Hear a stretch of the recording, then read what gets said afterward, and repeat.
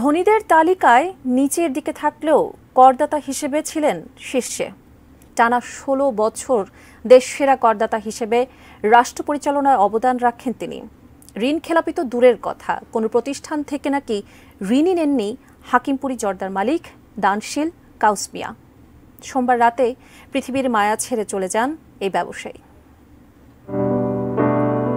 বাবার অনিচ্ছা সত্ত্বেও মায়ের কাছ থেকে ২৫০০ টাকা নিয়ে ব্যবসা শুরু করেন তিনি। চাঁদপুরের পুরান বাজারে মুদি দোকান খোলেন ১৯৫০ সালে। ধীরে ধীরে বিভিন্ন কোম্পানির এজেন্ট হয়ে যান কাউস মিয়া। ১৯৭০ সালে চলে আসেন নারায়ণগঞ্জে, শুরু করেন তামাকের ব্যবসা।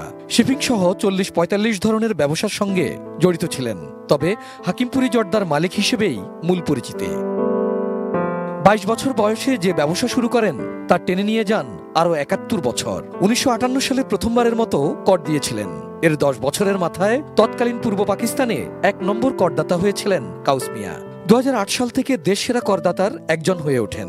মুজিব বর্ষেও সেরা করদাতার সম্মাননা পান তিনি। কর সর্বোচ্চ দেওয়ার জন্য এবং মানুষদেরকে করের জন্য উৎসাহিত করার জন্য বারবার বলতো, তোমরা সৎভাবে ব্যবসা করো, নিজেরা উন্নতি করো এবং দেশের উন্নয়নের জন্য তোমরা ট্যাক্স দাও, ট্যাক্স ফাঁকি দিও না। দীর্ঘদিন বার্ধক্যজনিত নানা রোগে ভুগছিলেন কাউস মিয়া।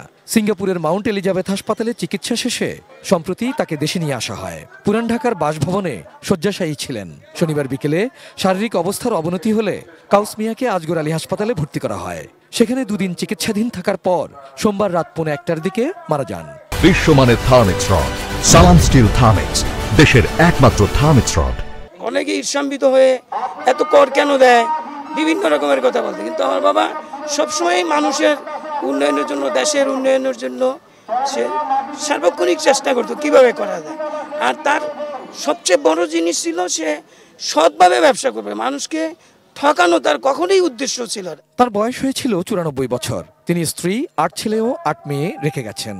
মঙ্গলবার বাদ জোহর আরমানিটোলা মাঠে তার নামাজে জানাজা শেষে আজিমপুর গোরস্থানে দাফন করা হয়। চাঁদপুর সদর উপজেলার রাজরাজেশ্বর ইউনিয়নে জন্ম কাউস মিয়ার।